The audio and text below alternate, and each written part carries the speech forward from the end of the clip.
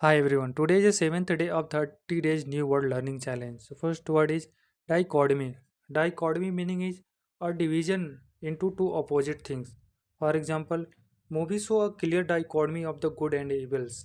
So here you can see good and evils are both are opposite to each other. So whenever you're making classification of the two things but both are opposite to each other, you can use this word. Next, narcissism. Narcissism meaning is excessive self-focus. If someone is excessive self-focused person, so for that person you can use this word. It gives the sense of the negative character. For example, too much narcissism can harm the relationship, or she showed narcissism by ignoring others' feelings. Next, disembodied. Disembodied meaning is existing without a physical body. I get to know this word in one horror movie where a person was saying, I get the sound felt disembodied in the dark room. I heard a disembodied voice calling my name. So wherever you are feeling that you are getting a voice but there is no physical presence, at place you can use.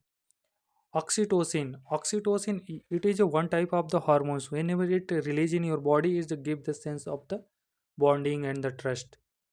And generally, it release whenever you have spend time with your loved one or your friends. For example, spending time with loved one release the oxytocin, or holding hands can increase the oxytocin. Next, tiring. Tiring is a very common word. Its meaning is causing physical or the mental exhaustion, making you feel very tired. For example, traveling all day is tiring. That long meeting was tiring. Arguing constantly can be tiring. Next, a trophy. A trophy. A trophy meaning is being weak from the lack of use. Suppose you have any skill, any. Take the example of the English. If you are not practicing English day by day, then definitely you are going to lose your lost your fluency in English. For example, my drawing skill started to a trophy without practice. Same way you can use this word.